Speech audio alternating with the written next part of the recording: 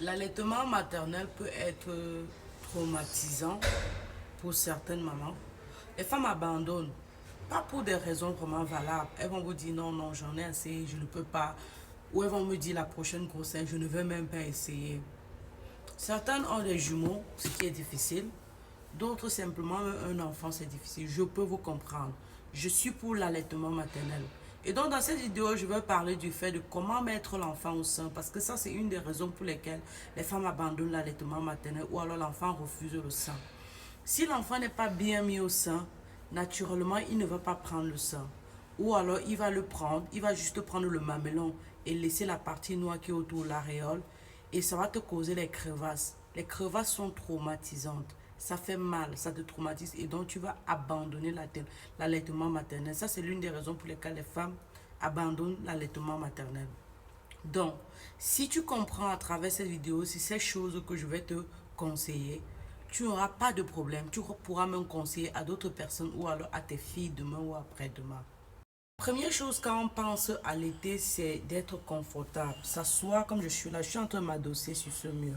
Tu t'assois à un endroit où tu peux t'adosser.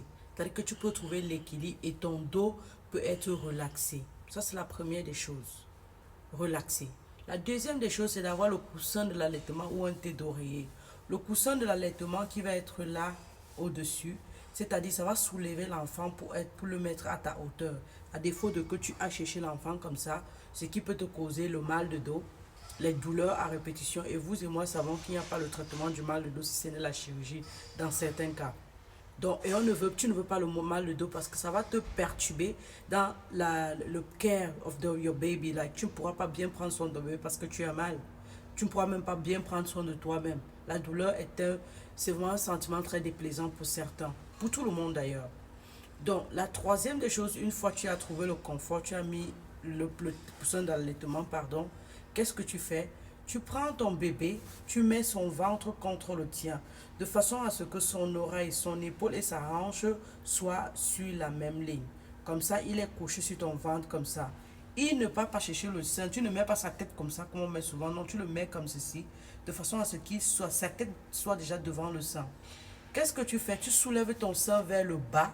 On ne met pas l'enfant comme ça, non, on soulève vers le bas pour que sa bouche prenne le sein vers le bas. Une fois que tu l'as fait, il va attraper le sein comme il le faut, le mamelon et l'aréole, le tout ensemble, et donc il y aura moins de possibilités d'avoir les crevasses. Là, j'ai sauté une étape. Avant de le mettre là-bas, il faut se rassurer que sa couche soit changée. C'est-à-dire qu'il soit propre. Sinon, il peut refuser de manger parce qu'il est sale. Il faut se rassurer que son habit ne soit pas serré. S'il est mal à l'aise, il ne va pas manger. Personne ne le ferait. D'accord, ce sont des petites choses qu'il faut préparer en avance. D'accord? Une fois maintenant, tu l'as mis sur le sein, comme je t'ai expliqué, tu peux lui parler, tu peux prier pour lui, tu peux chanter pour lui, tu peux faire des trucs juste pour exprimer ton amour, mais il faut le garder au sein aussi longtemps que possible. Jusqu'à 40 minutes, il n'y a pas de problème. L'objectif ici est que l'enfant ait un bon tété, qu'il dorme après ou qu'il soit vraiment rassasié, qu'il ne va pas te déranger tout le temps d'être au sein. Parce que si tu le mets tout le temps au sein, ça va t'épuiser mentalement, physiquement et même ton sein va chauffer directement. Tu vas penser au lait artificiel, ce qui n'est pas très bon pour ton bébé. Non seulement pour le futur et même pour ce qui n'est pas très bon pour le bébé, surtout pour les maladies futures. Donc, le confort du bébé compte énormément. Au tout début, quand l'enfant vient de naître, ce serait important de mettre l'enfant au sein chaque 2 heures pour favoriser la production de lait. Parce que plus tu mets l'enfant au lait, le plus le lait est produit. Mais aussi pour permettre à l'enfant de bien manger. Parce que au début, il faut qu'il s'y habitue, il faut qu'il trouve son rythme, mais aussi pour favoriser la production de lait. Aussi longtemps tu le mets au sein, non, il va bien manger et vous serez tous d'accord.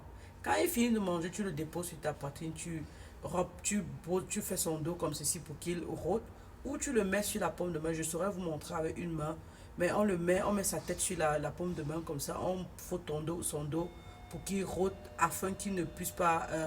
de toutes les façons, ils ont un système qui les protège de ne pas aspirer, mais tu fais ça pour que l'air sorte, pour qu'il soit à l'aise.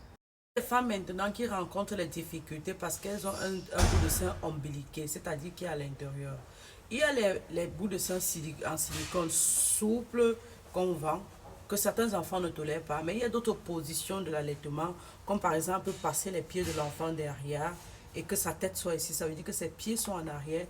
Avec tes deux autres mains, tu soutiens sa tête pour qu'il prenne le sein. Ça marche bien lorsque tu as le sein avec le bout ombiliqué. Donc, du coup, il y a des enfants, quand tu commences à lui donner le sein, ils commencent à t'endormir. C'est gênant, la maman enlève parce qu'il n'était pas. Donc, quand c'est comme ça, déshabiller l'enfant légèrement ou alors laisser seulement le petit body qui est à l'intérieur. Comme ça, le vent va frapper sur lui, il va manger. Je ne dis pas de mettre le ventilateur sur l'enfant, mais de laisser le vent, l'air extérieur, de frapper sur lui afin qu'il reste éveillé et qu'il mange bien. Une autre chose aussi maintenant, c'est que s'il fait chaud et que vous devez déshabiller l'enfant, ça ne ferait aucun mal que votre corps, la peau de votre peau et celle de l'enfant soient en contact. C'est-à-dire que quand vous le mettez sur votre poitrine, que vos peaux soient en contact, ça favorise la production de lait, mais ça favorise aussi une relation de confort et la relation entre la maman et le bébé. Le bébé, je vais dire ça comment, il peut se rappeler des battements, les ressentis, les battements qu'il a toujours eu à suivre quand il était dans le ventre, mais aussi c'est une relation étroite entre le bébé et la maman. Et c'est très bien pour les deux, c'est aussi favorable parce qu'il va bien téter, il va se sentir en sécurité et il va juste se lâcher. Voilà ce que je peux vous produire, je peux vous donner dans cette vidéo en ce qui concerne l'allaitement maternel, parce que je voudrais que vous donniez le lait maternel aux enfants pour votre santé, la santé de votre sein, pour votre santé physique, psychologique et aussi pour cet enfant-là. C'est la daronne de la santé 3.0, doctoresse Thérèse, infirmière. Je on se voit dans une autre vidéo.